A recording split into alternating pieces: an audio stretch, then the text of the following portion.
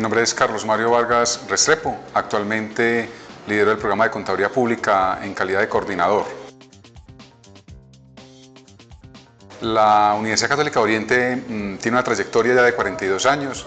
Desde sus principios fundacionales ha propendido por el desarrollo del territorio hacia esa transformación de la vida de las personas y del territorio del Oriente Antioqueño con proyección nacional e internacional. De hacer un poco más consciente el asunto de la tecnología, la automatización de procesos, la necesidad de analizar el dato, de ser más estratégicos, proactivos y un nuevo rol que como contadores públicos pues debemos asumir frente a esos desarrollos de la tecnología y la innovación. Logro ha sido un aliado estratégico bastante importante para el desarrollo del proceso formativo y de enseñanza en el programa de Contaduría Pública de la universidad. Poderlo llevar en términos prácticos a un software, no solo contabilizar operaciones, sino también cómo un sistema hace el procesamiento de los hechos económicos para arrojar finalmente una información de tipo contable y financiero que deberá ser objeto de análisis. La plataforma de Logro se convierte en una especie de mediador pedagógico, ha sido pues bien valorado por los estudiantes, digamos que porque el ambiente que ofrece la Logro pues es amigable, permite interactuar fácilmente en términos de capacitación, todo eso apoya al estudiante a comprender el software y poderlo aplicar en el desarrollo de las asignaturas y de los contenidos pues, que se van trabajando de la contabilidad y de los sistemas de información.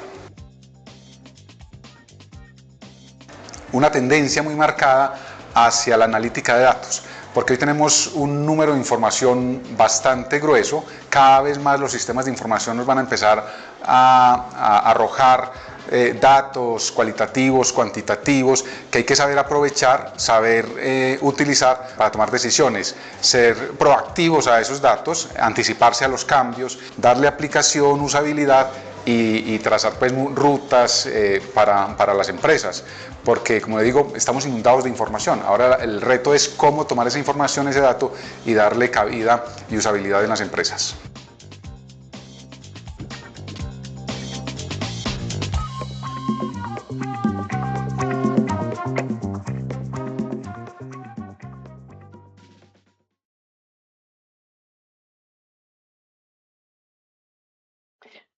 Bueno, muchas gracias a todos los asistentes que ya están conectados el día de hoy con nosotros.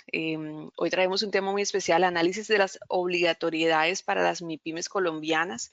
En compañía de la Universidad Católica de Oriente hemos preparado este tema. Queremos, bueno, me presento antes de iniciar y presentarles a nuestro panelista. Mi nombre es Belkis Ortega, coordino el equipo comercial de ventas en Logro.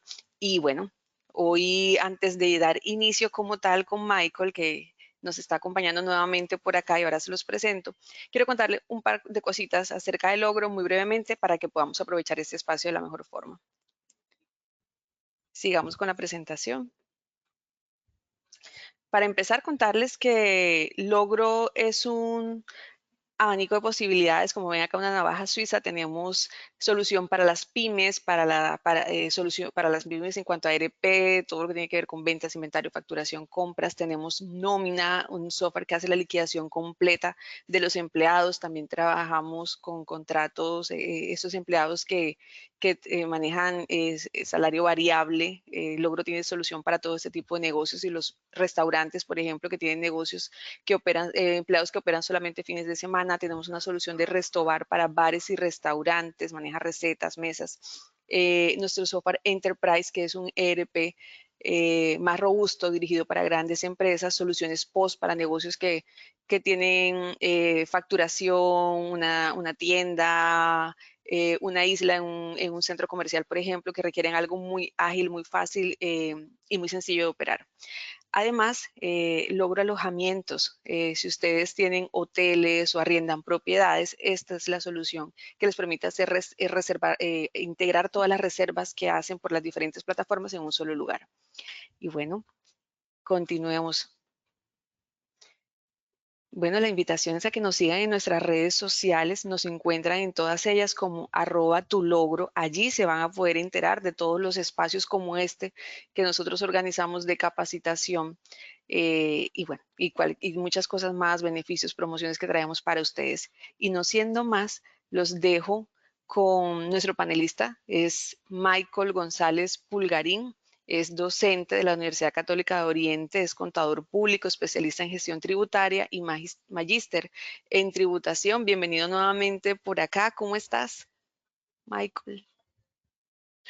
Hola, muy buenos días. Buen día para todas las personas que a esta hora se conectan a través de todos los mecanismos digitales. Y bueno, para mí es un placer estar de nuevo con ustedes. Vamos a avanzar entonces con la temática de obligatoriedades para las MIPYMES en Colombia. Listo, muchas gracias. Por supuesto, con todo el gusto. Muy bien. Bueno, un saludo cordial para todos nuevamente. Vamos a dar inicio entonces a este contenido que se ha preparado con mucho cariño entre la Universidad Católica de Oriente y Logro como sistema de información contable. Y vamos a iniciar entonces de la siguiente manera. Permítanme un segundo, por favor. Muy bien.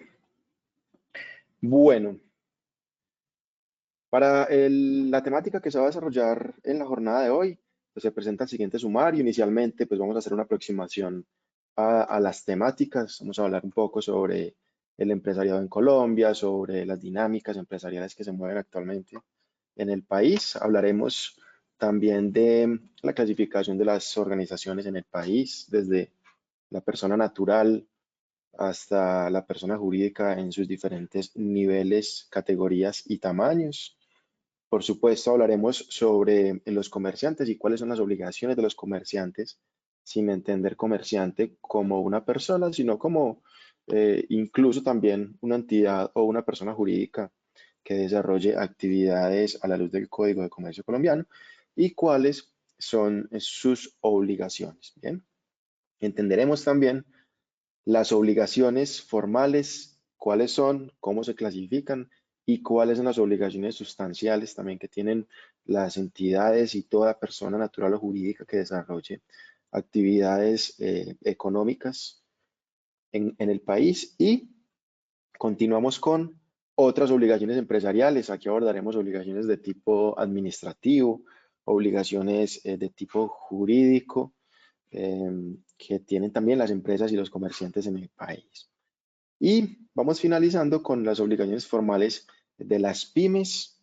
Aquí haremos un énfasis especial en las obligaciones fiscales u obligaciones formales de carácter tributario, que es a las que mayormente se les presta atención dadas las intenciones fiscalizadoras que tiene la DIAN y las autoridades tributarias a nivel nacional.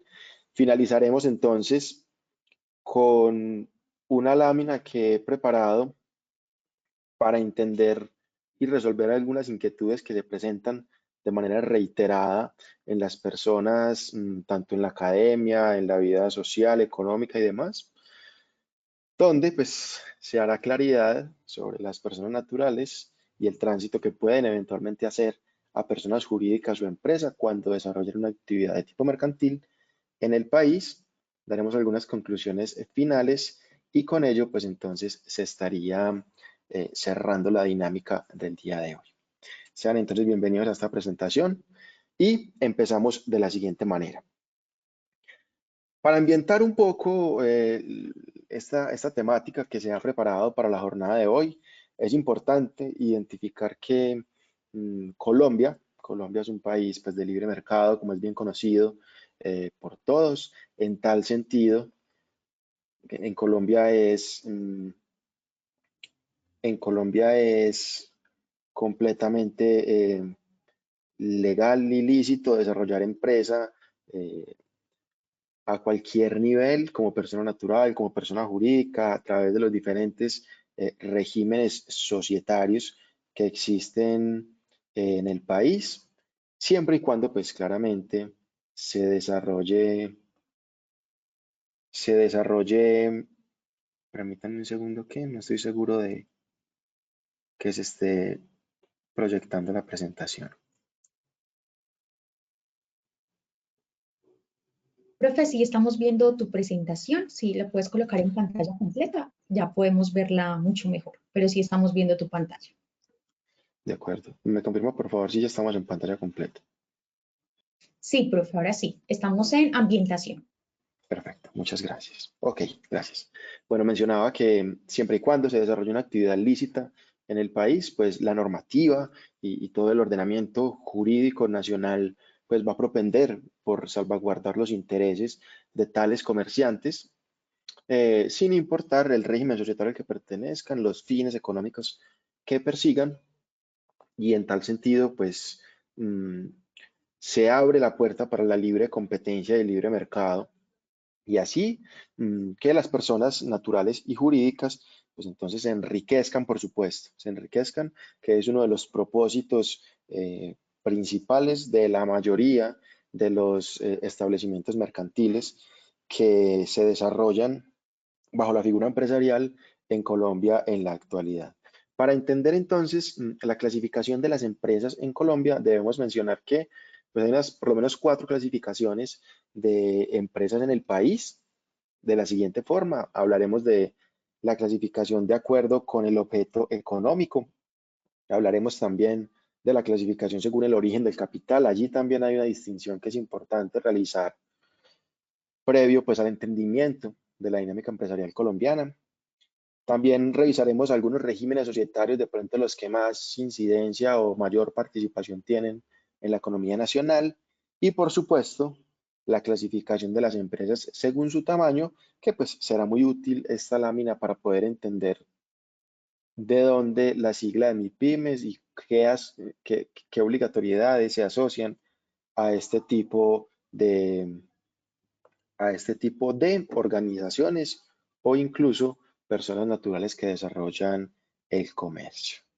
Bueno, se menciona entonces que de acuerdo con la definición de la RAE, pues es una unidad organizada para pues, desarrollar actividades de tipo prestación de servicios, temas industriales, temas comerciales también para suplir las necesidades manifiestas en términos de necesidades básicas insatisfechas de las personas, consideradas actividades mercantiles en el país, pues a las cuales el Código de Comercio asocia unas responsabilidades puntuales que derivan especialmente del impacto social que tienen las empresas en la población, porque por supuesto, es uno de los elementos macroeconómicos importantes que se miden en el país es la tasa de desempleo, es por ejemplo el Producto Interno Bruto, y allí tienen gran incidencia las empresas en general, el empresariado nacional. Entonces, digamos que el impacto social de la empresa en Colombia es bastante alto. Y por supuesto, la RAE hace referencia a los fines lucrativos que representan las organizaciones en el país. Debo mencionar que sin importar el régimen societario al que corresponda la compañía o la persona natural comerciante, pues se van a perseguir siempre unos intereses económicos, aunque la normativa disponga que para determinados en organizaciones denominadas sin fines de lucro, pues aunque no tengan la posibilidad de repartir unas ganancias o unos dividendos entre sus accionistas o asociados, pues sí se va a ver de cierta manera la retribución económica para las personas que han decidido emprender a través de estas figuras societarias en el país. Bueno, empezamos diciendo que las empresas en Colombia se catalogan según su objeto económico, ya lo mencionábamos. Las empresas en Colombia pueden tener o fines de lucro o pueden no tener fines de lucro, sean las primeras que acabo de mencionar. La mayoría de empresas, el 95% del empresariado nacional, persiguen fines de lucro, y aquí básicamente hacemos mención a que las empresas con fines de lucro a través del Código de Comercio tienen la posibilidad, incluso la obligación, de los rendimientos, las utilidades o los dividendos que generen estas organizaciones en el marco de su objeto social, pues van a tener la posibilidad de ser decretados en calidad de exigibles para sus socios o accionistas en la medida en la que estos mismos lo determinen. Así, digamos que también la normativa dispone una gran, debo decirlo, una gran carga tributaria para actualmente, para los empresarios que decidan decretar dividendos para sus socios o accionistas. Entonces, actualmente, la carga fiscal que existe para los dividendos y participaciones es supremamente alta en el país, por lo que pues, se recomienda, o personalmente, tengo una apreciación, en la que actualmente no es posible ni viable financieramente para las empresas decretar dividendos, dada la alta carga tributaria. Ahora bien, hace tránsito legislativo en el Congreso de la República un proyecto de reforma tributaria donde se plantea que eventualmente se obligue a las empresas en plazos determinados a decretar dividendos. Eso va a aumentar, por supuesto, los niveles de recaudo del gobierno nacional, que en la actualidad se encuentran flaqueando un poco, dadas algunas decisiones de vigencias anteriores, y la medida en la que obliguen al empresariado a decretar dividendos, pues todas las empresas que tengan dividendos acumulados de años anteriores, pues van a tener que decretarlos, y no solamente decretarlos para el enriquecimiento de los socios asociados o accionistas, sino también el pago de las sumas dinerarias o las cargas tributarias que se asocian a esos dividendos y participaciones en favor de la DIAN y en favor del gobierno nacional. Entonces, empresas con fines de lucro, empresas que persiguen un interés económico y que se crean, por supuesto, para permanecer en el tiempo, que es uno de los principios contables importantes aquí, el principio de mantenimiento del patrimonio o de negocio en marcha, y pues finalmente esos rendimientos sean repartidos en sus socios o accionistas. También, de acuerdo con el objeto económico, pues hay empresas que no persiguen ánimos de lucro. Aquí se encuentra pues todas las entidades sin ánimos de lucro o las empresas del régimen tributario especial. ¿Qué pasa con este tipo de empresas del régimen tributario especial? Pues que tendremos las fundaciones, asociaciones, corporaciones, y allí se encuentra un régimen especial en materia tributaria donde, pues, siempre y cuando estas entidades califiquen ante el gobierno nacional como entidades sin ánimo de lucro y régimen tributario especial mismo, como se mencionaba, pues deben surtir un proceso un tanto extenso y riguroso, y una vez estén dentro del el esquema y el régimen tributario especial, van a tener la posibilidad de disminuir su carga tributaria en el impuesto sobre la renta. Digamos que los dividendos o los beneficios que se generen en el desarrollo de esta actividad económica, pues no van a poder ser repartidos entre los socios o accionistas, porque pues básicamente los socios o accionistas son asociados, como lo puede ser tranquilamente una cooperativa de ahorro y crédito donde no tiene accionistas, sino que las personas, para poder ingresar y hacer parte de los beneficios de las entidades, pues tendrán que asociarse a través de unas tarifas que deben cancelar. Y es muy común el caso de cooperativas donde se le entrega a los asociados beneficios económicos, subsidios económicos para los hijos o subsidios educativos, becas, celebran el Día de la Madre y otros festejos, pues donde se entiende que es la retribución económica por la generación de dividendos o beneficios de las entidades, y pues no tengan que pagar ese impuesto sobre los dividendos y participaciones al gobierno nacional. Bueno, y pues tenemos también las empresas según el origen de su capital. Importante también tener esta distinción.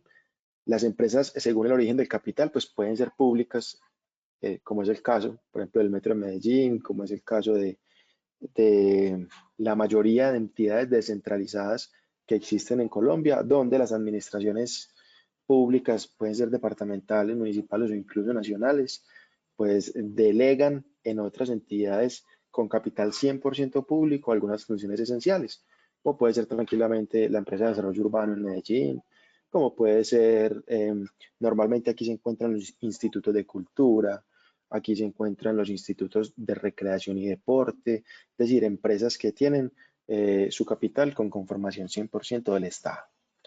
Están las empresas privadas. En las empresas privadas pues están tanto las que tienen fines de lucro como las que no persiguen fines de lucro. Allí es donde privados de manera espontánea y voluntaria deciden conformar un capital y crear una sociedad que persiga un objeto económico, sea con fines de lucro o sin fines de lucro. Y las empresas mixtas, pues debo decir que las empresas mixtas son toda organización que, aun cuando persiga fines de lucro o no lo haga, pues tenga por lo menos un 1% de participación del Estado. Aquí se pueden encontrar empresas como Ecopetrol. Por ejemplo, Ecopetrol, que es una empresa que está listada en Bolsa de Valores y emite acciones, pues una empresa cuando emite acciones, aunque sea del Estado, pues se entiende que esas acciones van a ser adquiridas por privados, y en la medida que un privado adquiere acciones de una empresa del Estado, pero esa empresa deja de ser estatal o pública y se convierte en una empresa mixta.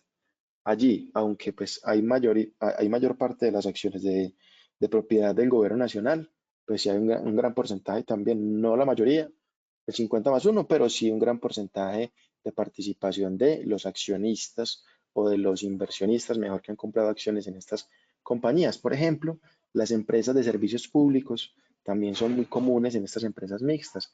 ¿Por qué? Porque las empresas de servicios públicos son conformadas normalmente por el Estado, pero reciben algunos inversionistas privados para no solamente la administración del recurso, sino también eh, la inyección de ese capital para que finalmente se desarrolle la actividad en servicio de la población a través de una mixtura entre capitales privados y capitales del Estado. Muy bien, las empresas en Colombia, según su régimen societario, es importante mencionar que en Colombia existen unos 12 regímenes societarios aproximadamente.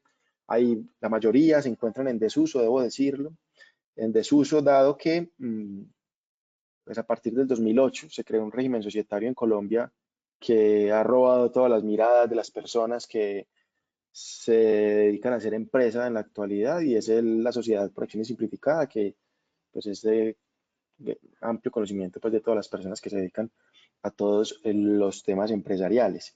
Pero pues vamos a hacer referencia aquí a unos 3 regímenes societarios que de pronto tienen vigencia en la actualidad y siguen teniendo un buen número de empresas registradas en las cámaras de comercio a nivel nacional. Bueno, lo mencionaba ya, las sociedades por acciones simplificadas, que era un régimen societario creado en 2008 con la intención de, por supuesto, simplificar el desarrollo de la actividad mercantil en el país. Y pues debo mencionar que anteriormente, pues, los regímenes societarios que antecedían a la sociedad por acciones simplificada, pues era difícil que una sociedad se pudiese conformar o constituir con una sola persona. Pues existía la empresa unipersonal, pero pues era un régimen tributario, o un régimen societario mejor, que era bastante limitado. Y pues enhorabuena, se desarrolla el régimen de sociedad por acciones simplificada, donde una sola persona puede crear una sociedad, una empresa. Y una cosa muy importante, y es que no tiene límite de actividades económicas, podrá desarrollar todas las actividades económicas que así lo considere, siempre y cuando, por supuesto, sean actividades lícitas y se encuentren eh, habilitadas o permitidas pues en el desarrollo de la actividad económica en el país. Hoy, por lo menos el 80% de las empresas en Colombia se asocian o hacen parte de la SAS, o de la Sociedad por Acciones Simplificada, lo cual hace referencia pues a un régimen sencillo, simplificado por supuesto como el nombre lo dice, con algunas complejidades para la disolución de la sociedad, como toda sociedad, un poco difícil y complejo la disolución. Sin embargo, pues en términos de constitución de la sociedad y de desarrollo de las actividades económicas, vale la pena mencionar que es bastante simple. Existe también la sociedad anónima. La sociedad anónima, debo mencionar que es el único régimen societario que puede cotizar en la Bolsa de Valores de Colombia, y debe ser creada por 5 o más socios en el ordenamiento jurídico nacional. Además, pues existe las sociedades limitadas. Esas sociedades limitadas se pueden constituir entre 2 y 25 socios y están limitadas porque solo pueden desarrollar hasta 2 actividades económicas. Devolviéndome un poco, pues en las sociedades anónimas vamos a poder encontrar las grandes empresas del país, como Sura, como Imusa, como Ecopetrol y todas las entidades que cotizan en bolsa de valores van a ser parte de este régimen societario. Y las sociedades limitadas, pues se trata de pronto de empresas, se ve mucho en las empresas, por ejemplo, de transporte, de servicio público, son sociedades limitadas, donde también en las empresas de vigilancia, donde tienen una actividad económica definida y es complicado que de pronto se abran a otras posibilidades económicas o a otras actividades de carácter mercantil para desarrollar en su objeto social. Y también tenemos el empresariado en el país de acuerdo con los ingresos, de acuerdo pues como con el tamaño de la compañía. Aquí es importante hacer referencia a que pues en Colombia existen las microempresas, las pequeñas empresas, las medianas y las grandes empresas. Digamos que antes de la microempresa, pues habrá un nivel un poco más pequeño que son las personas naturales que desarrollan actividades mercantiles bajo la figura empresarial, pero para esas personas naturales no aplica esta clasificación que les traigo yo en este momento. Ahora bien, para las empresas conformadas y constituidas a través de las cámaras de comercio, con documento de constitución, estatutos y todo lo demás, existe esta clasificación donde pues es una de las múltiples clasificaciones que tienen las empresas en Colombia y quise traer entonces esta clasificación por el nivel de ingresos, dado que pues las empresas se pueden clasificar a través de los activos, a través del número de empleados, a través de otras metodologías. Sin embargo, el ministerio lo que propone es que la clasificación principal se haga a través de los ingresos que percibe la compañía. ¿Cómo podemos entender de manera sencilla esta clasificación de empresas de acuerdo con sus ingresos? Pues entonces entendemos que las empresas en Colombia desarrollan actividades industriales, actividades de servicios y actividades comerciales. Y hay unos rangos económicos o niveles de ventas donde las empresas se van a clasificar para múltiples fines, como ya lo vamos a ver. Entonces, la microempresa, si hablamos de una microempresa, pues entonces debemos mencionar que cuando tenga ingresos o se dedique mejor a las actividades industriales, pues será microempresa. Hasta tanto tenga unos ingresos de 1.108 millones de pesos. Esta información está en millones de pesos como se menciona allí. Si la microempresa se dedica, o mejor, si la entidad se dedica a la prestación de servicios, pues va a llegar hasta un rango de 1.552 millones de pesos y hasta ahí se considerará microempresa. Una vez supere ese rango, pues cambiará de nivel y de categoría. Y para actividades de tipo comercial, pues de pronto el rango, el techo es un poco más alto, porque entidades que desarrollen actividades de tipo comercial, pues irán hasta los 2.107 millones de pesos para considerarse microempresa.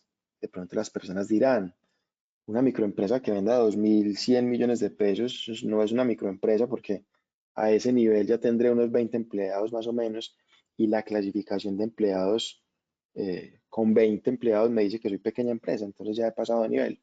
Pero en realidad, digamos que la ley 590 del año 2000 y el decreto 957 de 2019 disponen que si bien existen diferentes metodologías para definir el tamaño de la empresa o la clasificación, pues serán los ingresos la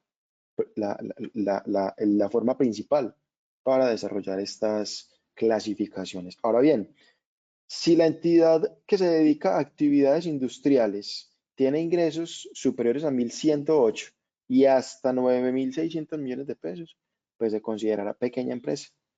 Pequeña empresa.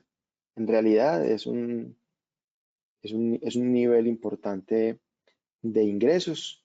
Si la entidad se dedica a los servicios y vende hasta 6.200 millones de pesos, pues será una pequeña empresa y será pequeña también la entidad que se dedique al comercio y tenga ingresos hasta los 20.000 millones de pesos. ¿Por qué? Se preguntarán ustedes, ¿por qué en las actividades comerciales los rangos son tan elevados? Porque en las actividades comerciales debo mencionar que hay un mayor, o mejor, un menor nivel de complejidad económica a la hora de aumentar el nivel de los ingresos. ¿Por qué? Porque se dedican básicamente a la compra y venta de bienes o servicios o insumos mejor para cualquier desarrollo económico en el país. De esta manera, es más probable que las empresas que se dedican a temas comerciales tengan niveles de ingreso mayores que las industriales y que las que prestan servicios en el país. En términos de la mediana empresa, las industriales son las que vendan hasta 81.700 millones de pesos, las que prestan servicios hasta 22.000 millones de pesos y las comerciales hasta 100.000 y algo más de millones de pesos. Y finalmente será una gran empresa las que superen los niveles de ingresos del tope máximo de las medianas empresas. Repito, para las actividades industriales, las que vendan por encima de 81.000 millones de pesos serán gran empresa, las que presten servicios por encima de 22.000 millones de pesos serán gran empresa y las comerciales por encima de 101.000 millones de pesos serán gran empresa.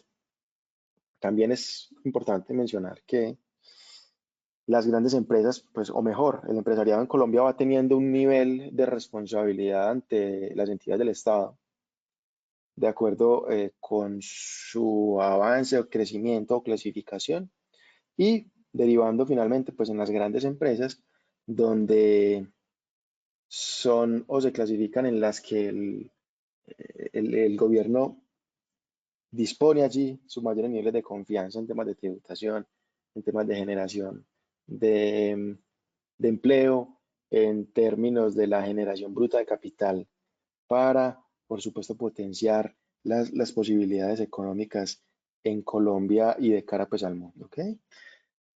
Para 2023 en Colombia habían 1.700.000 empresas. De ese 1.700.000 empresas, quiero que tomemos este dato puntual aquí, y es que el 98% de las empresas son MIPYMES, son microempresas, pequeñas empresas y un poco de las medianas empresas. ¿Eso qué quiere decir? En Colombia el empresariado es pequeño. En Colombia solamente de empresas grandes hay 5.000 y algo más, donde pues ya lo hemos entendido de acuerdo con las clasificaciones que tenemos en esta tabla y es válido mencionar que es complejo, en Colombia es muy complicado hacer empresa, si bien la normativa, como lo mencionaba al principio, la normativa habilita a los ciudadanos colombianos y extranjeros a constituir sociedades y hacer empresa en el país, a sus anchas también tengo que mencionarlo, siempre y cuando se dediquen a actividades lícitas, pues dar ese paso de crecimiento de micro a pequeña, de pequeña a mediana y de mediana a grande es complicado, dados los altos niveles de tributación que existen en el país y que tienden a agudizarse, por supuesto. Dados los altos costos que implica para una empresa la tenencia de determinados niveles de empleados, no solo en términos de salarios, sino también en beneficios para los empleados a través de las cargas prestacionales y de seguridad social que existen en el país. De esta manera, queda de pronto una sensación donde el empresario propende por sacar adelante sus empresas y sus emprendimientos y el gobierno y las entidades tratando como de no permitir ese avance. Sin embargo, la respuesta siempre será y la excusa será siempre que la norma permite el desarrollo de empresa, pero cumpla con todas las obligaciones. También es muy importante mencionar que de acuerdo con esta clasificación que mencionamos, mientras más baja sea la clasificación, mayores niveles de desconocimiento normativo existe, mayores niveles de incumplimiento de obligaciones, tanto en las micro, pequeñas y hasta en las medianas empresas. Mientras más alto sea el nivel, ya por allá en las medianas y en las grandes empresas, pues están más vigiladas por el gobierno porque son menos empresas. Estamos hablando por lo menos de unas 20.000 empresas máximo, de 1.700.000, 20.000 empresas es muy poco para que el gobierno ponga sus ojos allí, aumente sus intenciones recaudatorias y, por supuesto, agilice sus intenciones de fiscalización para que estas entidades, que son las que más aportan a los ingresos fiscales de la nación, pues lo cumplan como debe ser a través de los procesos fiscalizadores que se adelantan diariamente a través de la Subdirección de Fiscalización de la Dirección de Impuestos y Aduanas Nacionales y de todas las entidades fiscalizadoras que a nivel nacional, en términos departamentales y municipales, pues en la Secretaría de Hacienda se adelanta también en contra de estas empresas. Muy bien. Aquí simplemente resumimos diciendo que la gran mayoría, el 95 al 98% de empresas en el país son micro o pequeñas empresas. Entonces también se puede concatenar la siguiente conclusión y es, si mientras más bajo el nivel o más baja la clasificación empresarial, mayor nivel de desconocimiento, mayor nivel de incumplimiento de obligaciones formales y sustanciales. Y en esas pequeñas está la mayor cantidad de empresas en Colombia. Fácilmente se puede colegir que en Colombia el empresario desconoce de sus obligaciones formales. Y por supuesto, y como consecuencia de sus obligaciones sustanciales, que ya la vamos a entender. Entonces, sean estas ciclos de conferencias y de charlas bastante importantes para que los usuarios de Logro y de todas las entidades asociadas pues tengan un poco más de conciencia respecto de las obligaciones que deben cumplir ante el Estado. Por aquí vamos a ver un dato. El 75% del empresariado nacional son personas jurídicas y el 25% opera como persona natural. Sin embargo, debo mencionar, sin embargo, de 1.7 millones de empresas que hay en el país, más de 700.000 registros son de personas naturales comerciantes. Esto no es lo mismo, no es lo mismo que una persona se inscriba ante la Cámara de Comercio de Aburrasur, en Medellín, por ejemplo, porque lo visitaron de la Oficina de Industria y Comercio y le dijeron que desarrollaba una actividad mercantil, entonces tenía que inscribirse ante la Cámara de Comercio. Esa persona se dirige a la Cámara de Comercio, hace su registro como comerciante y pues entra a robustecer esa cifra de 1.700.000, sí, de 1.700.000 empresas. Pero en realidad esa persona que se dedica, por ejemplo, a actividades personales, no sé, como las actividades de belleza, por ejemplo, ¿cierto? Ya sea desde la barbería, desde los salones de belleza y demás, esa persona, a pesar de que es un comerciante, no trabaja bajo la figura empresarial. ¿Cómo trabaja una persona natural bajo la figura empresarial? Cuando contrata empleados, cuando paga sus nóminas, cuando respeta el ecosistema electrónico que dispone la DIAN ahorita, cuando aporta a los fondos de seguridad social de sus empleados. Allí se considera que trabaja bajo la figura empresarial.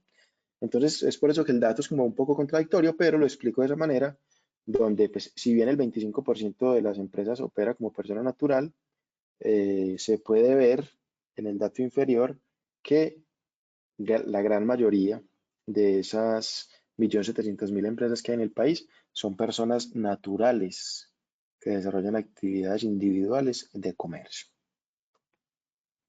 Muy bien, ahora vamos a hablar un poco sobre los comerciantes y sus obligaciones. Repito, si hablo de comerciantes, no es la persona que se dedica a la venta de víveres en una plaza, sino pues toda persona natural o jurídica que desarrolle una actividad de tipo mercantil o económico en el país.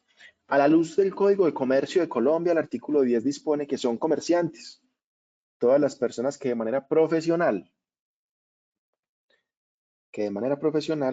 desarrollan una actividad que la ley considera mercantil, porque también la ley tiene unas actividades que no son mercantiles y serán mencionadas pues en un momento. Entonces dice el Código de Comercio que todas las personas que se dediquen de manera profesional a una actividad mercantil pues se consideran comerciantes. Ahora bien, para entender qué es una actividad mercantil, también el Código de Comercio en el artículo 20 dispone que son actividades mercantiles la adquisición onerosa o gratuita, es decir, la venta con pago o sin pago. Y la persona se preguntará, ¿por qué una venta gratuita es una actividad mercantil?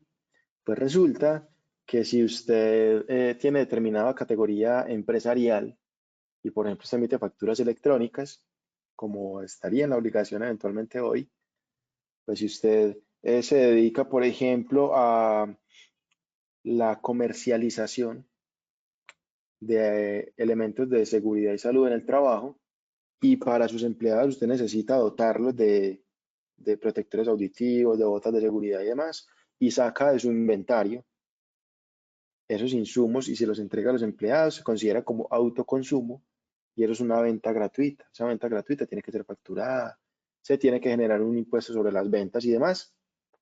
Es por eso que el Código de Comercio dispone que la venta gratuita también es una actividad de tipo mercantil.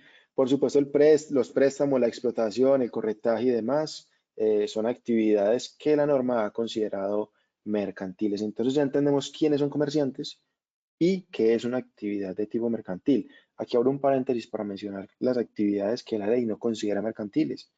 Y ellas son, por ejemplo, el desarrollo de las profesiones liberales, el abogado, el arquitecto, el contador público, ¿cierto? Actividades donde predomina el intelecto sobre el quehacer manual. Esas serán actividades no consideradas mercantiles. También la ganadería, la agricultura y en general las actividades primarias no son consideradas mercantiles. También las obras de arte, ¿cierto? La generación o la construcción de obras de arte, pues no es una actividad mercantil, entonces no van a estar obligados esas personas a cumplir con los deberes formales de los comerciantes, que son cuáles. Toda persona que se considere comerciante a la luz del Código de Comercio tendrá que registrarse ante la Cámara de Comercio y mencionar allí la fecha de inicio de sus actividades económicas y por supuesto cuando cancele su actividad económica tendrá que informarlo también, además de evitar la competencia desleal y por supuesto llevar contabilidad. Cuando estamos hablando de personas naturales, pero estas personas inicialmente, ya lo vamos a ver más adelante, deben llevar una contabilidad simplificada y pues cuando superen un umbral van a tener que empezar su ecosistema electrónico con factura, nómina electrónica y demás, y allí pues tener un software contable, digamos, autorizado a nivel nacional para poder hacer el registro económico de sus operaciones y poder cumplir con todo deber formal ante las entidades del orden estatal. Estas son las 4 obligaciones que el Código de Comercio dispone para los comerciantes. Debo mencionar que cuando el comerciante es una persona jurídica, ya nace con una cantidad de obligaciones, incluso desde el momento de su constitución, como lo veremos más adelante. Muy bien. Obligaciones empresariales en el año 2024. Pues hemos clasificado aquí en esta presentación obligaciones administrativas, obligaciones fiscales formales y obligaciones fiscales de tipo sustancial. ¿Okay? Para entender las obligaciones administrativas, aquí pues tendremos nosotros ocasión de entender que las empresas o las personas naturales que se dedican a la actividad mercantil, pues deben contar con una estructura social, deben contar también con un régimen de responsabilidad social empresarial, que esto es importante pues y dependiendo del tamaño de la compañía. Deben cumplir con todos sus elementos laborales, tener una planta de cargos, aplicar todos los mecanismos de SARLAB, que aquí pues entendemos básicamente como los mecanismos que propenden por evitar el lavado de activos y la financiación del terrorismo. Y por supuesto, atender todos los requerimientos pues, que se emitan desde las superintendencias y órganos estatales para las entidades. Así las cosas, pues las empresas pequeñas y medianas y comerciantes, personas naturales, pues no solo se dedican a la generación de recursos económicos y a la conservación del patrimonio, sino también al cumplimiento de unas obligaciones de tipo administrativo y social, me parece a mí, en favor de las personas que apoyan o que aportan a sus desarrollos empresariales. Y en términos de obligaciones fiscales, pues debemos entender dos momentos. Cuando iniciamos esta charla, hacíamos mención a los dos tipos de obligaciones que tienen las empresas en materia tributaria y que esas obligaciones tributarias pues son las que de pronto menos inobservan los empresarios, dadas los regímenes sancionatorios que las administraciones tributarias tienen para estas empresas y para estas personas. Entonces, entenderemos que las obligaciones de tipo tributario se dividen en dos: las obligaciones formales y las obligaciones sustanciales. Las obligaciones formales, pues se trata de formalismos, como el nombre lo menciona. Son formalismos donde la norma le invita al empresario o al comerciante a inscribirse en el RUT, a elegir un régimen tributario, como lo hablamos al principio, a llevar contabilidad dependiendo de unas características especiales, a respetar un ecosistema electrónico, ya lo vamos a mirar, a informar y atender, que son básicamente las obligaciones de tipo formal. Y las obligaciones sustanciales, se trata pues del pago efectivo de las cargas tributarias. Yo puedo cumplir con mi obligación formal, pero incumplir o inobservar la obligación sustancial, y en ambas situaciones estaré yo en una complejidad o en un problema ante el Estado. Caso, por ejemplo, del IVA. Yo soy responsable de IVA y tenía que pagar el bimestre, declarar y pagar. Y no declaré, pero sí realicé el pago. Va a incumplir con la obligación formal. Se va a configurar un pago en exceso o pago de lo no debido, y es un asunto sancionable. Si usted declara pero no paga, básicamente si no paga el IVA, a usted se lo van a llevar por allá al Código Penal, porque incumplir con el pago del IVA es un delito penal en Colombia. Y el artículo 402 del Código Penal va a disponer que esa persona debe incluso tener una sanción pecuniaria, es decir, económica, o una sanción, dependiendo de las cuantías, una sanción de tipo de cárcel o de privación, pues como de la libertad, entre 48 meses y 108 meses de prisión. El tema es un poco delicado para que pues, las personas que nos acompañan en este momento tengan esas claridades. Debo mencionar también que en el mes de febrero hubo una sentencia de la Corte Constitucional donde se le autorizó al gobierno nacional y a la normativa jurídica, al sistema jurídico colombiano, a que se adelanten procesos penales en contra de todas las personas que omitan alguno de los deberes formales o sustanciales en materia tributaria. Significa que no solamente el IVA y la retención en la fuente dan cárcel, como hasta el año pasado, sino también pues toda incumplimiento de obligaciones formales y sustanciales ante las entidades tributarias nacionales. Muy bien. Vamos a mirar entonces un poquito más a detalle las obligaciones administrativas empresariales. Aquí tendremos otra clasificación, las de tipo obligaciones de tipo laboral, de tipo estatal y de tipo jurídica en términos de la constitución de la sociedad. En términos laborales, pues asuntos básicos como la contratación del personal, el pago de toda creencia laboral en beneficio de los empleados, la vinculación a los fondos sociales o los aportes al Sistema General de Seguridad Social en Colombia. Ahorita en unos cuantos días, en 5 días, empieza a aplicar la reducción de la jornada laboral. Una hora, se reduce la jornada laboral en una hora, es importante que todas las personas que nos ven a esta hora pues consideren también ese cambio a partir del 15 de julio y en adelante, donde se tratará pues de 46 horas a la semana, donde deben pues se deben obligar a sus empleados a cumplir con esa jornada. Los días de la familia, sabemos que son 2 días al año, un día por semestre, para que sus empleados disfruten con sus familias, acordado entre sus empleados y empleadores. Y por supuesto, todo lo que se trata de bienestar empresarial. En las obligaciones administrativas de tipo estatal, pues el Estado, eh, bajo quien es el que maneja la aplicación de la normativa en Colombia, pues dispondrá que las empresas pequeñas y medianas tienen obligaciones de informar al Estado, por ejemplo, en el DANE, informar al DANE la cantidad de empleados que tienen, informar al ICBF, informar al SENA, informar a la DIAN, a supersociedades y demás.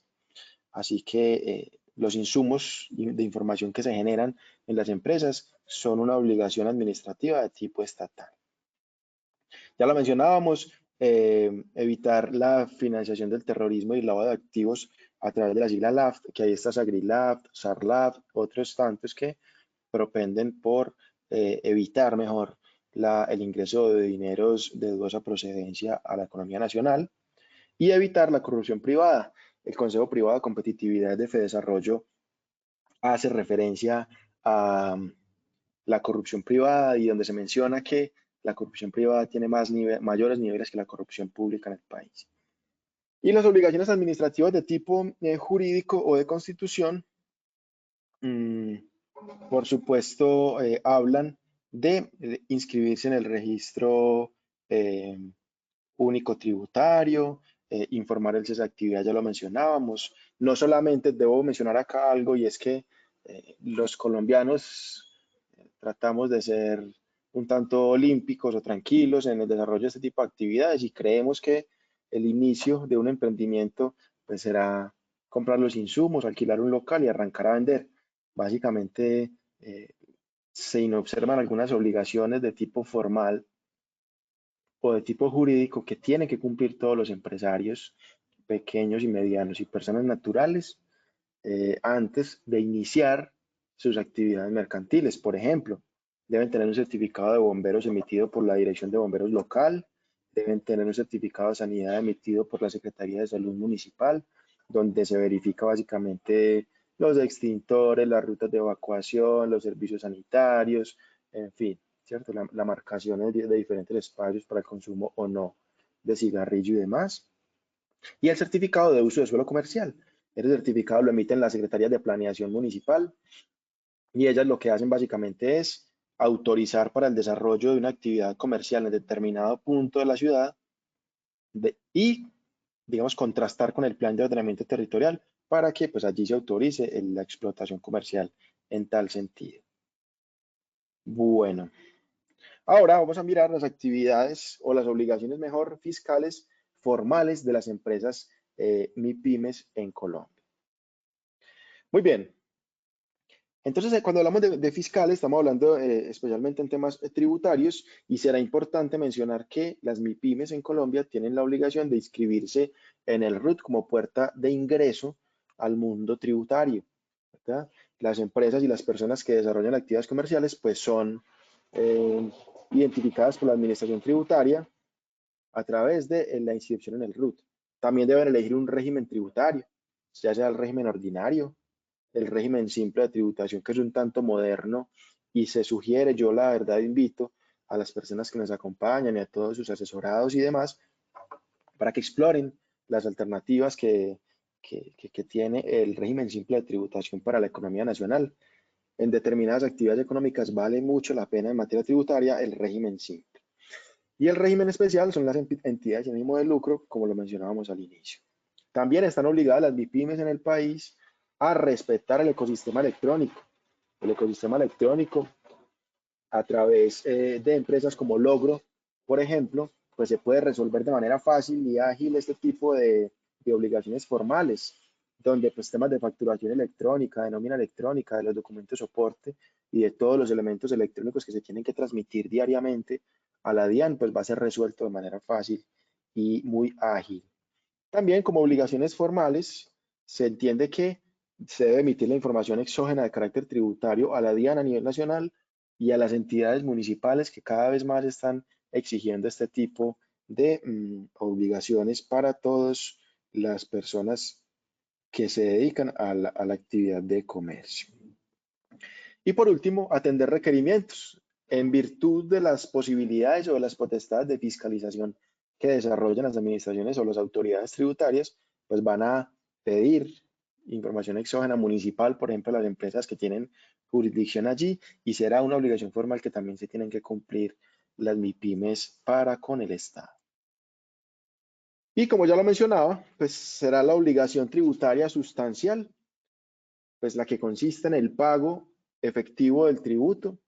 Sabemos que hay la obligación de declarar es una obligación formal, pero cuando yo realizo la declaración y voy a emitir el pago, pues ya estoy cumpliendo con la obligación sustancial. Esa es la diferencia entre obligaciones formales y sustanciales.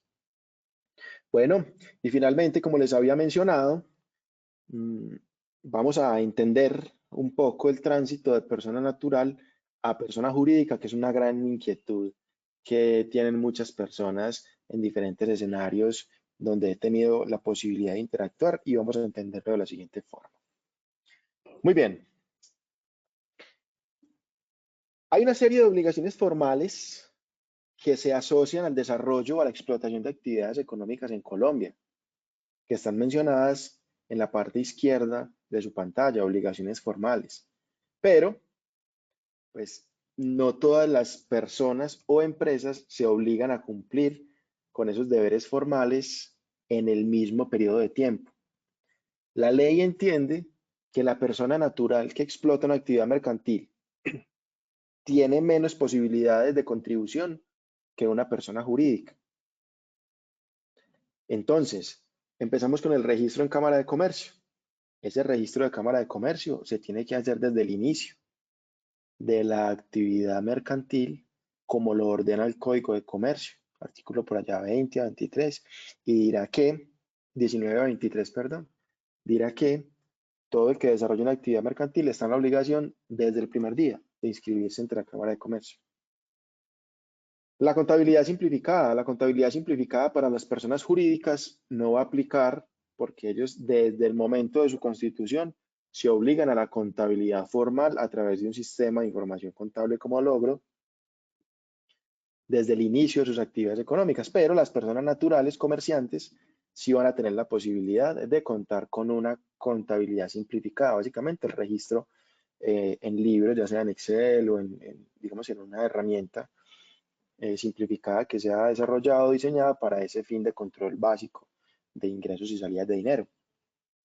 Ahora, cuando hablamos de un sistema o un software contable oficial a nivel nacional, pues las personas jurídicas tendrán que hacerlo desde el momento de su constitución, y las personas naturales, una vez superen un nivel de ventas de 164 millones de pesos, que son básicamente los 3.500 VTs que dispone para allá el artículo 437 del Estatuto Tributario, donde tendrán otras responsabilidades adicionales, como ya lo vamos a ver. Declaración de renta y complementarios. La persona jurídica se obliga desde el día 1 de su constitución a la declaración de renta y complementarios siempre y cuando correspondan al régimen ordinario en materia tributaria. Y las personas naturales, posterior a la venta de las 1.400 VTs, que son 65 millones de pesos aproximadamente, a partir de allí se considerarán declarantes de renta. Ojo que declarar no es pagar, declarar es una obligación formal. Si después de cumplir la obligación formal se deriva el pago, pues se cumplirá con la obligación de tipo sustancial. Retención en la fuente a título de renta. Una persona jurídica, una empresa, una SAS, una limitada, qué sé yo, se obligará a ser agente de retención en la fuente a título de renta desde el día 1 de su constitución. Y las personas naturales lo harán una vez superen el rango de las 30.000 VTs que dispone el Estatuto Tributario, artículo 368. Allí, pues básicamente van a decir que una persona cuando vende esas 30.000 VTs, que son 1.400 millones de pesos y algo más, estas personas van a tener ya una capacidad empresarial que les permita tener un contador, tener un área contable pues sólida que controle el tema de retenciones y demás. La responsabilidad de IVA. Las empresas, personas jurídicas, desde el inicio tienen la obligación. Las personas naturales, cuando venden más de 164 millones o 3.500 VTs para el año 2024. Y con la responsabilidad de IVA, se obligan también las personas naturales a cumplir con el ecosistema electrónico de facturación, de llevar contabilidad, de informar, de todos los deberes formales. Básicamente, cuando una persona natural que bajo la figura empresarial, sea micro o pequeña empresa o media hasta mediana, pues van a tener o adherir o van a contar con esas obligaciones formales de empresa cuando venden 164 millones de pesos o más en un año. A partir de ahí, entienda usted, cumplí este tope, llegué a este techo. A partir de ahora, el Estado y el gobierno me consideran como empresa, aunque siga siendo persona natural. Y finalmente, ya para terminar, la obligación de tener un contador público, pues la persona jurídica desde el momento de constitución. Y la persona natural, la necesidad, por supuesto, cuando tenga que cumplir con sus obligaciones formales, hará la convocatoria pues de un contador público que apoye en este aspecto. Y finalmente la obligación de tener un revisor fiscal. Las personas jurídicas se obligan a tener un revisor fiscal cuando realicen ventas por encima de 3.900 millones de pesos, que corresponden a 3.000 salarios mínimos, o también cuando tengan activos fijos por encima de 5.000 salarios mínimos, se obligan a tener un revisor fiscal, que básicamente pues, es un contador con tarjeta profesional que firme con su tarjeta profesional a título de revisor, indicándole al gobierno y al Estado que esa empresa desarrolle sus actividades comerciales en debida forma y con cumplimiento estricto de la norma. Y debo mencionar que las personas naturales nunca van a estar obligadas a tener un revisor fiscal, o por lo menos la norma actualmente no menciona ese tipo de responsabilidad. De esta manera, pues se da entonces una segunda conclusión, y es que las personas jurídicas, micro, pequeñas y medianas empresas, pues tienen una gran cantidad de obligaciones formales y sustanciales desde el momento de su constitución, como lo hemos visto acá desde el inicio. Y las personas naturales, pues sí tienen unas gabelas que dispone la norma para ellos, unos espacios para que se fortalezcan económicamente y puedan contratar un asesor, un contador, un revisor y demás, un auditor, perdón, que aporte en el desarrollo de sus actividades, organice las finanzas, reconozca su dinámica económica y responda a la administración tributaria con todos los deberes formales y sustanciales que se adquieren una vez vendidos los 164 millones de pesos, que es cuando la persona natural adquiere la mayor cantidad de obligaciones o deberes formales. Muy bien. Bueno, creo que de esta forma termina mi contenido.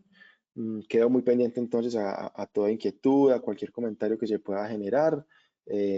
Así que cedo el micrófono para que la persona que nos acompaña ahorita pues nos cuente sobre algunas preguntas o comentarios del público de hoy. Muchas gracias para todos. Profesor Michael, muchísimas gracias. Qué información tan valiosa la que nos has brindado el día de hoy. Agradecemos mucho tu participación, por supuesto, a la Universidad Católica de Oriente por hacer posible este espacio, gran aliado de Logro. Muchas gracias a la UCO y al profesor por acompañarnos. Damos entonces inicio a nuestra sección de preguntas. A las personitas de pronto nuevas que no están de pronto muy ubicadas con esta plataforma, al lado derecho de sus pantallas encontrarán una nubecita donde pueden dejar sus dudas para que aprovechen este espacio y puedan plantearle sus inquietudes al profesor Michael González de la Universidad Católica de Oriente. Profe, iniciamos entonces con Gladys Camacho, que nos pregunta: muy buenos días. ¿En qué norma podemos encontrar el tema de los días de la familia? Muchas gracias. De acuerdo. Perfecto. Debo mencionar que el Día de la Familia no había sido considerado en Colombia para las empresas, máximo pues como en elementos de bienestar laboral, donde voluntariamente el empleador dispusiera espacios para el esparcimiento de sus empleados, pero es hasta 2017, ¿cierto? 2017, en la ley 1857. En esta ley, pues básicamente se compone la obligatoriedad de los empleadores a ofrecer a sus empleados un día al semestre para que, digamos, compartan de manera especial con sus familias, o una segunda opción es que el empleador disponga de un espacio para que sus empleados en conjunto convoquen a sus familias, y ya sea dentro de la empresa o en un lugar de esparcimiento ajeno al espacio donde se desarrollan las actividades mercantiles, pues se comparta un almuerzo, se comparta una cena, un espacio pues entre las familias y los empleados, para que pues no se incumpla con este deber administrativo que tienen las entidades en el país, que puede conllevar a sanciones de tipo laboral, que debo mencionar no son económicas para los empresarios. Muchas gracias. Continuamos con Diana Patricia Ramírez, que nos dice, muy buenos días. Una pregunta, ¿las 30.000 VT son mensuales o anuales? Claro que sí. Bueno, por allá el artículo 368 del Estatuto Tributario dispone que las personas naturales serán agentes retenedores a título de renta en Colombia, siempre y cuando durante un año, durante el año inmediatamente anterior, realicen ventas superiores a las 30.000 UETs, que son los 1.400 millones de pesos y algo más. Entonces, la respuesta es anual. Esa obligación es anual. Muchas gracias. Continuamos con Lorena Rodríguez. Nos dice, muy buenos días. Profe, disculpa. Entonces, si la persona jurídica no puede llevar contabilidad simplificada desde el inicio, ¿qué contabilidad debe llevar bajo NIF? Muchas gracias. Bueno, sabemos que la normativa internacional en asuntos contables ha dividido al empresariado colombiano en tres grupos. Empresas del grupo 1, donde encontraremos las grandes empresas del país, emisores de valores y empresas que cotizan en bolsas de valores de Colombia, que son las 10.000 más grandes del país. Grupo 2, en el grupo 2 estarán las pymes, ¿cierto? Esas están obligadas a llevar contabilidad oficial, una contabilidad plena. Y está el grupo 3 y allí están, mejor dicho, las micros y las personas naturales que se dediquen al comercio. Básicamente, las personas jurídicas, de acuerdo al grupo en el que se encuentren, pues deben llevar una contabilidad, ya sea contabilidad de NIF plenas, contabilidad de NIF para pymes del grupo 2 o contabilidad simplificada para los pequeños comerciantes, ¿cierto? Entonces, las personas jurídicas no se obligan a llevar contabilidad simplificada porque la contabilidad simplificada bajo norma internacional está dispuesta única y exclusivamente para los pequeños comerciantes. Yo invito a las personas que nos ven en este momento a que en el desarrollo de los comercios, en el desarrollo de las empresas que asesoran, acompañan o de las que hacen parte, pues se adhieran al cumplimiento de normas internacionales de información financiera NIF para pymes y de esta manera pues evitar el incumplimiento de este deber formal que está, digamos, que se dispone para las pequeñas y medianas empresas en Colombia y también les va a permitir, por supuesto, tomar decisiones con información de buena calidad, con el correcto cumplimiento de la normativa contable en el país.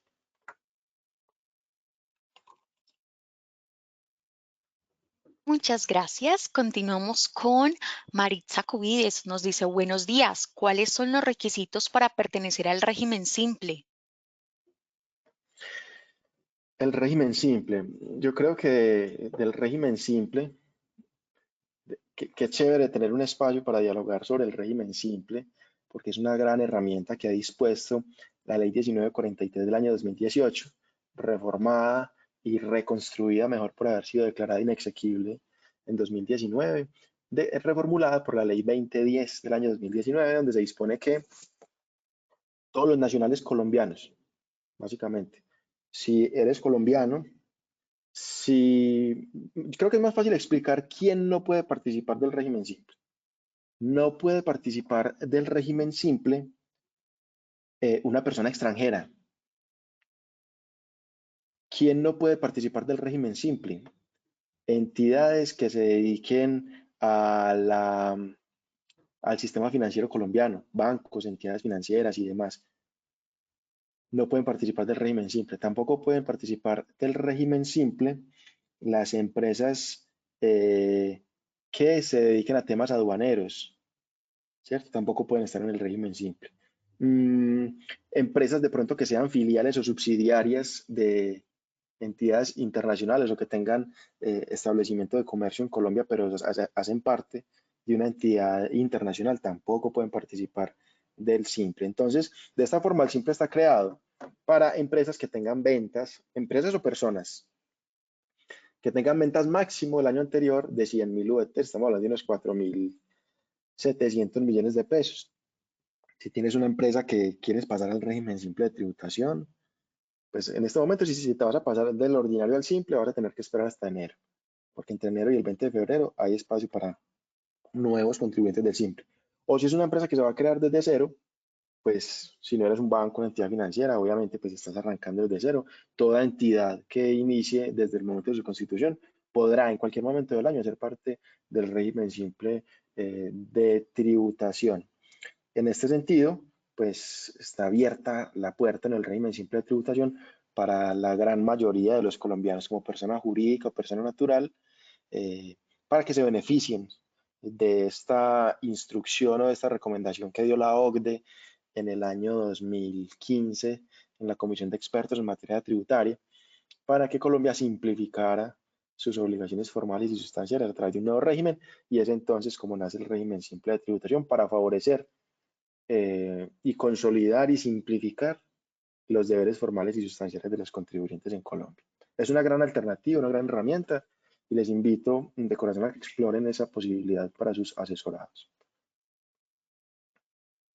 Muchas gracias, profe. Continuamos con Gladys Camacho. Nos dice, buenos días.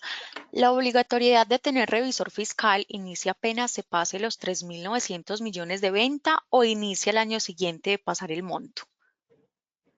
Ok, perfecto, perfecto. Pues la norma dispone que, digamos que la obligación de tener revisor fiscal está contenida en la ley 43 de 1990, ¿cierto? Por allá el artículo 13 le va a mencionar a las empresas, va a decir, entonces, que tendrán revisor fiscal, ¿sí? Las sociedades comerciales, importante mencionar, las sociedades comerciales que tengan activos brutos a 31 de diciembre, iguales o superiores a 5.000 salarios mínimos, y que tengan ingresos brutos a 31 de diciembre superiores a 3.000 salarios mínimos.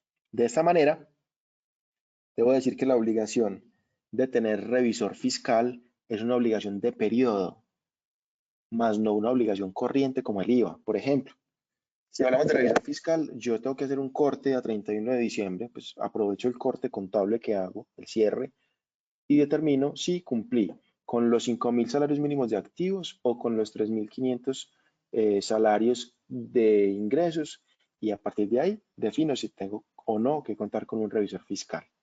Pero cuando hablamos de la responsabilidad de IVA del 437 del estatuto, diría que en cualquier momento del año, cuando el comerciante supere un umbral de ventas de 3.500 VTs o unos 164 millones de pesos, al día siguiente se debe convertir en responsable de IVA.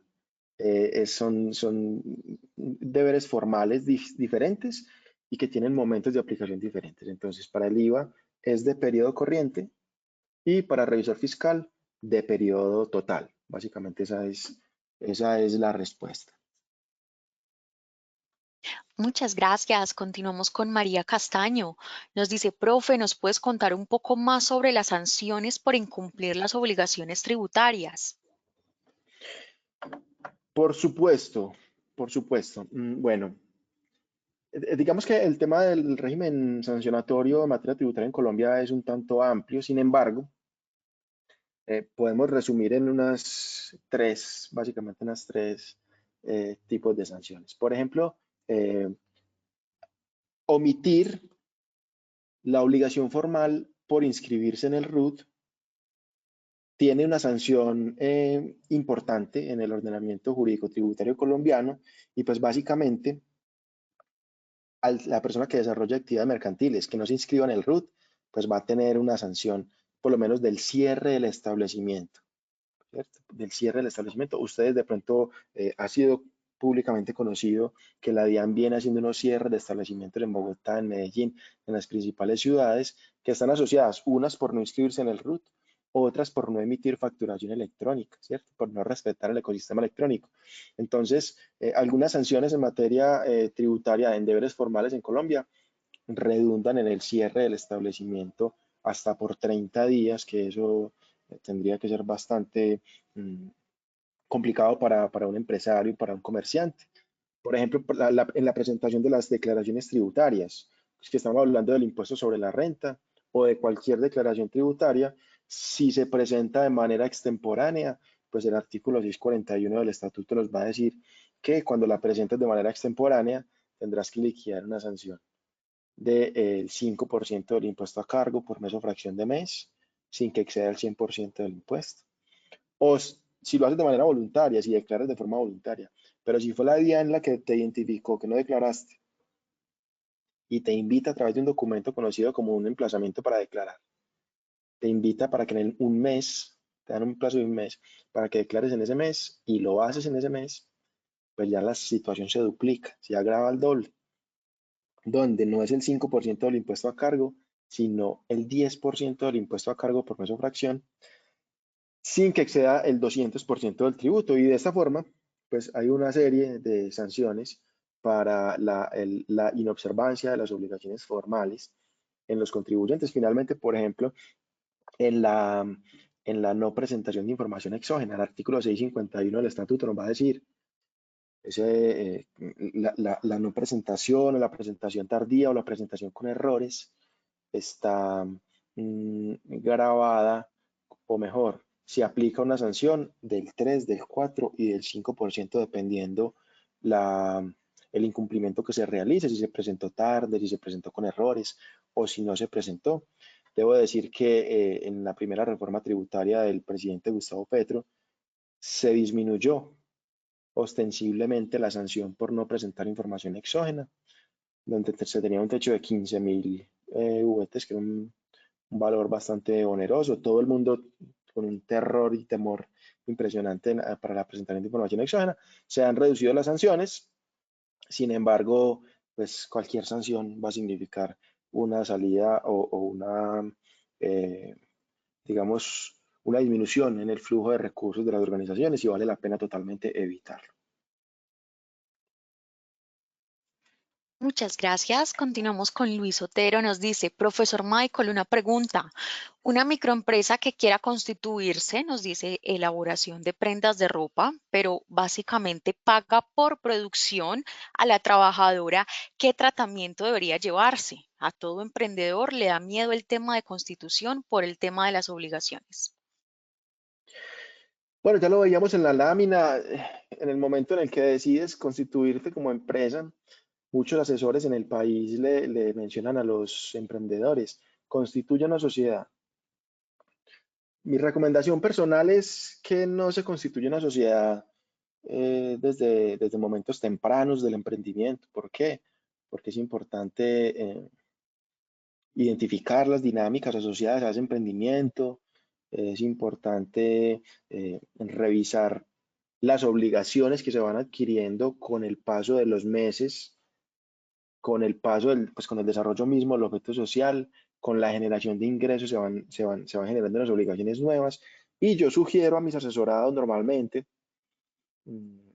por lo menos un año desarrollando actividades mercantiles como persona natural, a menos que la persona que me está comprando, o sea, mis clientes, me obliguen a que yo sea persona jurídica, pero pues no va a tener sentido que me lleven a constituir una sociedad para poder contratar conmigo, a menos de que yo vaya a contratar con el Estado. Si voy a contratar con el Estado sí me obliga en muchas ocasiones que sea una persona jurídica y que esté inscrito en el registro único de proponentes ante la Cámara de Comercio. De lo contrario, yo les sugiero que lo hagan como persona natural, ensayen y desarrollen su actividad económica durante un año por lo menos, y al año pues ya vamos a tener de pronto un músculo financiero distinto, vamos a tener capacidades económicas diferentes para podernos asesorar mejor y tomar una decisión de irnos a la sociedad, a constituir una sociedad que, como lo mencionaba antes, la sociedad desde que se constituye, sea emprendedor, sea un exitoso que decidió crear una empresa aparte, como sea, la norma no distingue entre un empresario nuevo que está emprendiendo o un empresario nuevo que ya lleva trayectoria pues en el desarrollo de las actividades económicas. Entonces, hay gran diferencia, lo mostramos en la última lámina, entre los deberes formales que cumple una persona jurídica y una persona natural. Por tanto, sugiero que se desarrollen actividades económicas como persona natural en un tiempo prudente para poder tener y entender la dinámica del empresariado en Colombia, que no es fácil, en términos laborales bastante costoso, en términos tributarios, ni se diga, seguridad social, impresionante, salud y seguridad en el trabajo, bienestar, muchas situaciones que de pronto pueden ralentizar los intereses económicos que persigue un emprendedor en el país. Muchas gracias, profesor Michael. Continuamos con Angie Stephanie Dávila. Nos dice, buenos días, ¿el régimen simple debe tener contador? Bueno, yo básicamente respondo esta pregunta desde la norma. La norma no obliga a ninguna empresa a tener contador. Es que es un tema del que poco se habla, pero ninguna ley obliga a una empresa a tener un contador. La obligación de tener un contador, sea empresas del régimen simple, del régimen ordinario, del régimen tributario especial, la obligación de tener un contador surge tras la necesidad que la ley, tras la necesidad del cumplimiento de obligaciones que la ley le impone a los comerciantes o a los empresarios. Es decir, la ley no le dice, tiene un contador a partir de ya, debe contar con un contador a partir de ya. No, la ley le dice, se constituyó, tiene estas obligaciones formales, ¿verdad? Y bueno, el empresario va a decir, pero ¿cómo así que me constituí como sociedad hoy y soy responsable de IVA? ¿Yo qué hago con eso? Yo sé elaborar artículos de cuero, pero yo de IVA no tengo ni idea. Entonces esa necesidad hace que la empresa inmediatamente vincule a un contador, ya sea con un contrato laboral o ya sea con un contrato de prestación de servicios, pero es la necesidad misma la que lleva a las empresas a tener un contador. Es por eso que en la gráfica mencionaba que las personas jurídicas desde el día 1 se obligan a tener un contador. No es porque así lo disponga alguna norma, es porque la gran cantidad de obligaciones estatales con las que debe cumplir una empresa en materia tributaria, contable y financiera, pues obliga a las empresas a que desde el día 1 tenga un contador público, ¿verdad? Entonces, y especialmente en el régimen simple tiene particularidades y una de ellas es que el régimen simple sacan a una empresa del régimen simple y la pasan al régimen ordinario si no cumple con el ecosistema electrónico, ¿verdad? Entonces, hay una empresa en el régimen simple y no tiene contador porque apenas está empezando. Ese es digamos, el argumento menos sólido y válido para un empresario defenderse ante la DIAN. Porque le van a decir, del día 1 como régimen simple, tiene que cumplir con el ecosistema electrónico, reportar nómina electrónica, facturar electrónicamente, emitir documentos soportes electrónicos y no lo está haciendo. No, apenas empecé. No. Lo sacan del régimen simple de inmediato. Entonces va a perder los beneficios que genera el régimen simple de tributación. Entonces, desde la Constitución o desde la creación, el régimen simple de tributación nace con una cantidad de obligaciones formales que necesariamente deben ser resueltas por un contador o por una persona pues, que tenga amplio conocimiento. Ahora bien, no tiene que ser un contador, puede ser un estudiante bien pilo, ¿cierto? Que sepa cumplir con esas obligaciones, ¿no? Lo puede hacer tranquilamente. Porque pues esa persona no está obligada a firmar las declaraciones tributarias como contador. Las declaraciones tributarias las firma un contador siempre y cuando tengan unos ingresos por encima de 100.000 UETs o sean declaraciones de IVA que se presenten con saldo a favor. Ahí en esos dos casos se requiere la firma de un contador. De lo contrario, solo se necesita una persona que tenga amplio conocimiento en el cumplimiento de los deberes y con eso estarían al día con las obligaciones formales ante el Estado. Muchas gracias, profe. Continuamos con Lorena Rodríguez. Nos dice, cuando un empleado de una SAS abre otros puntos, ¿qué procedimientos debe desarrollar? Contabilidad, estado financiero y el ecosistema de la DIAN debe realizarse independiente o unificado. Muchas gracias. Bueno, gracias por esa pregunta. Digamos que el cumplimiento de los deberes formales ante las entidades estatales, autoridades tributarias, nacionales y locales, entre otros, recae sobre la persona jurídica, ¿verdad? Sobre la persona jurídica o sobre la persona natural que desarrolla actividades de comercio. De esta manera, la persona jurídica debe cumplir con esos deberes formales de forma unificada, no de forma diferenciada. La única manera en la que una empresa con diferentes sucursales de pronto se obliga a entregar información de manera diferenciada a las administraciones tributarias ocurriría cuando se inicie un proceso de fiscalización en contra de esas entidades y le pidan un caso puntual, por ejemplo, es hipotético. Hay una empresa que tiene su sede principal en la ciudad de Río Negro, en Antioquia, en la zona franca de Río Negro, pero ha decidido abrir otros puntos de venta u otros puntos pues, de explotación económica en la ciudad de Medellín y en la ciudad de Envigado. De esta manera, pues el municipio de Río Negro inició un proceso de fiscalización en contra de esa empresa y le va a pedir información sobre las actividades económicas que explotan el municipio de Río Negro y a nivel nacional. O pedirá la información solamente de Río Negro, como es de su interés por ser una alcaldía local. Por supuesto, la alcaldía de Envigado, al identificar que hay una empresa que está explotando actividades económicas en su jurisdicción, puede adelantar un proceso también de fiscalización allá y decirle, por favor, me emite unos estados financieros donde se diferencien los centros de costo que tiene. Entonces va a tener que emitir una información con centros de costo de la ciudad de Medellín, el centro de costos de Río Negro y el centro de costos de Envigado. ¿Para qué?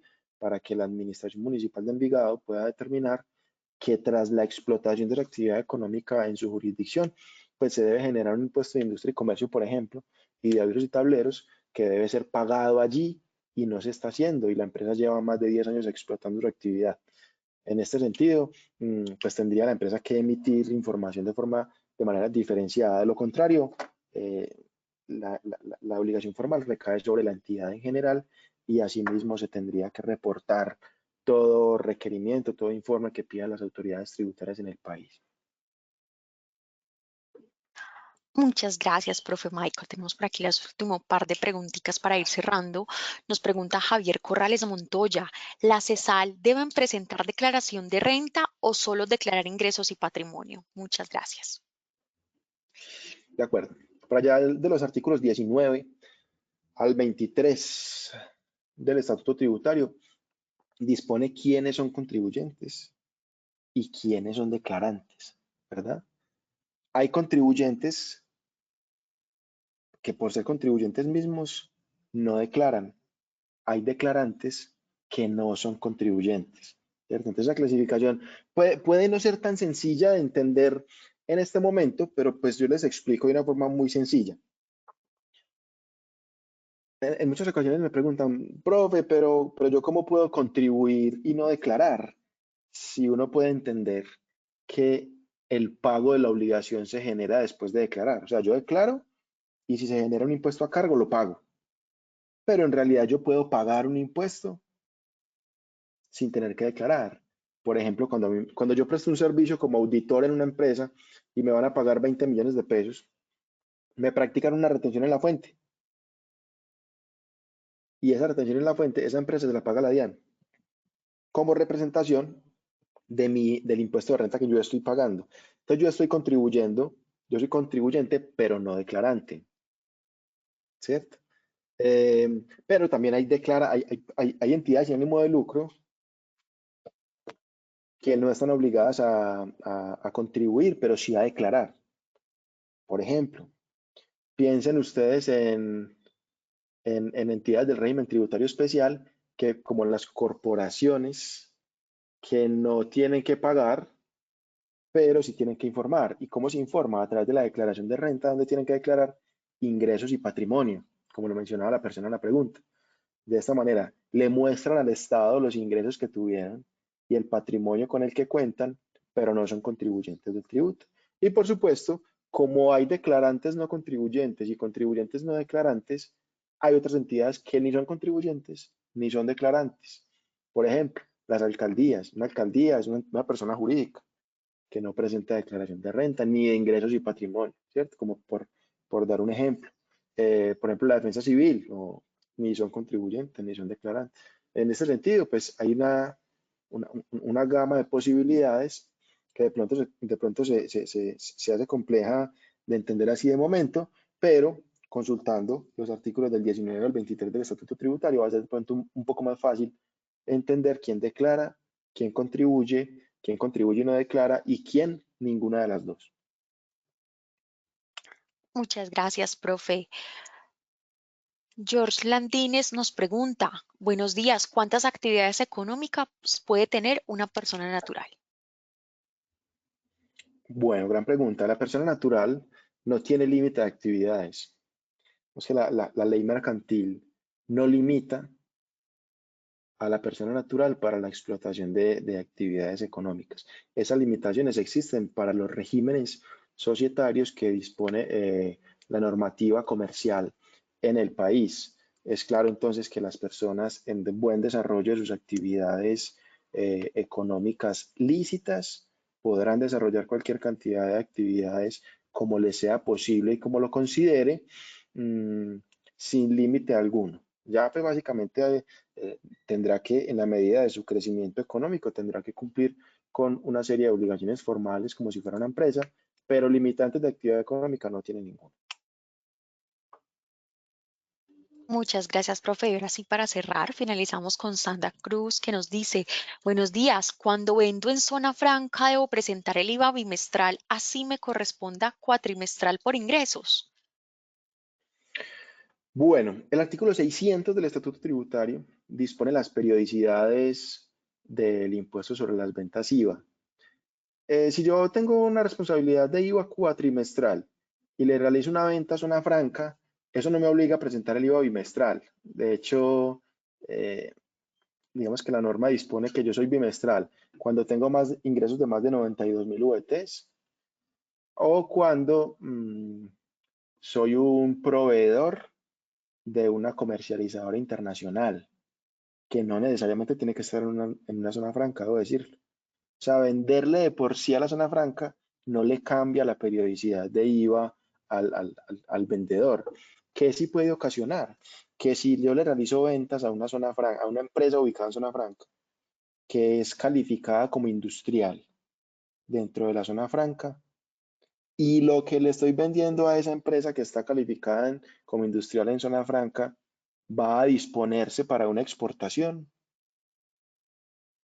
yo puedo venderle esos artículos exentos de IVA, porque como se asocia a una exportación, pues las exportaciones son exentas de IVA. De esta manera debo exigirle a ese cliente el certificado de proveedor o CDP para poder tener un documento soporte o una carga probatoria del por qué vendí esos artículos o esos servicios exentos de IVA. Pero la periodicidad no cambia con las ventas a zona franca. Eso es importante tener esa distinción y es muy interesante la pregunta. Muchas gracias.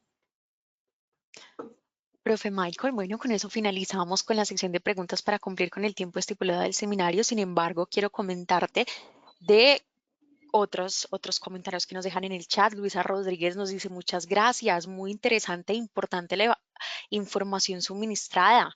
María del Pilar Higuera nos dice muchas gracias. Luz Dari nos dice mil gracias. Gracias al Logro y al profe por tan excelente charla.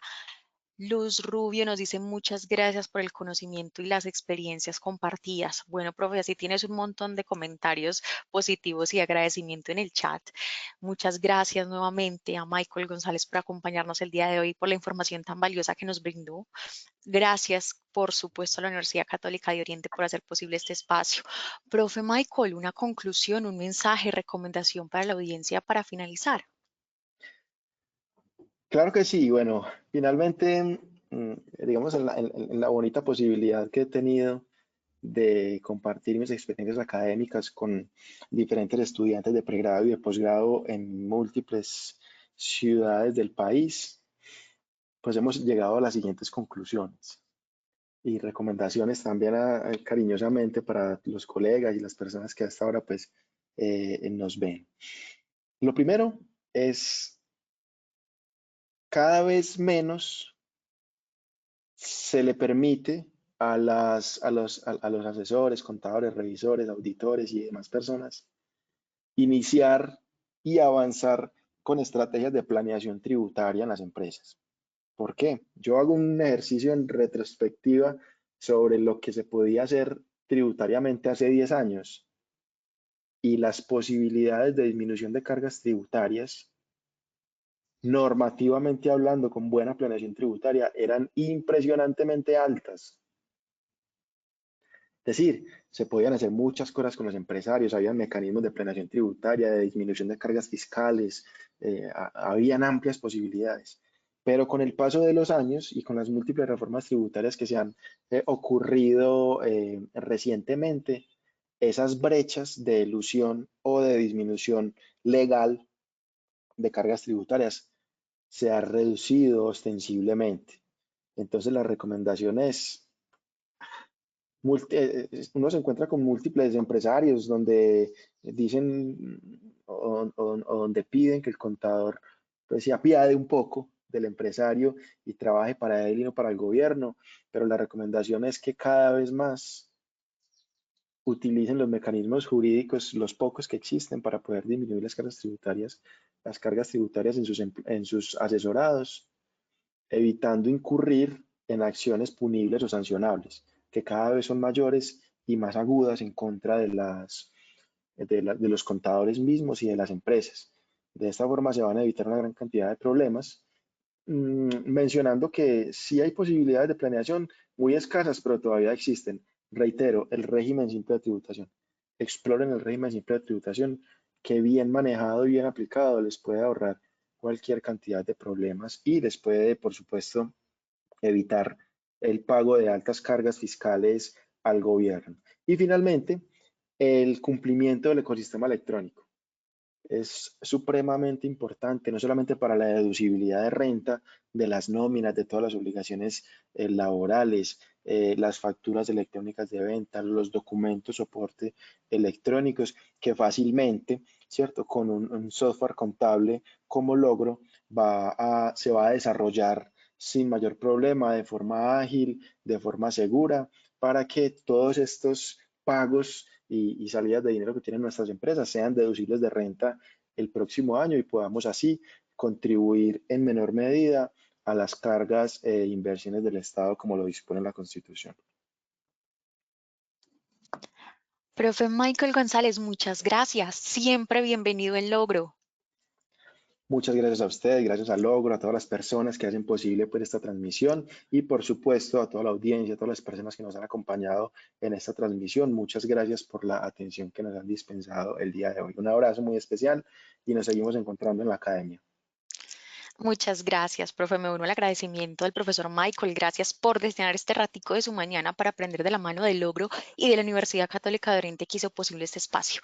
Para los nuevos, saben que estos espacios los pueden encontrar aquí en Logro todos los miércoles y los jueves a las 9 de la mañana, algunos casos excepcionales en la tarde, pero para eso los invitamos a estar pendientes de la web de Logro y de las redes sociales para conocer semana a semana las charlas que tendremos. Que tengan un excelente resto de día, que tengan un excelente resto de semana. Bueno, nos vemos en una próxima ocasión. Que estén muy bien.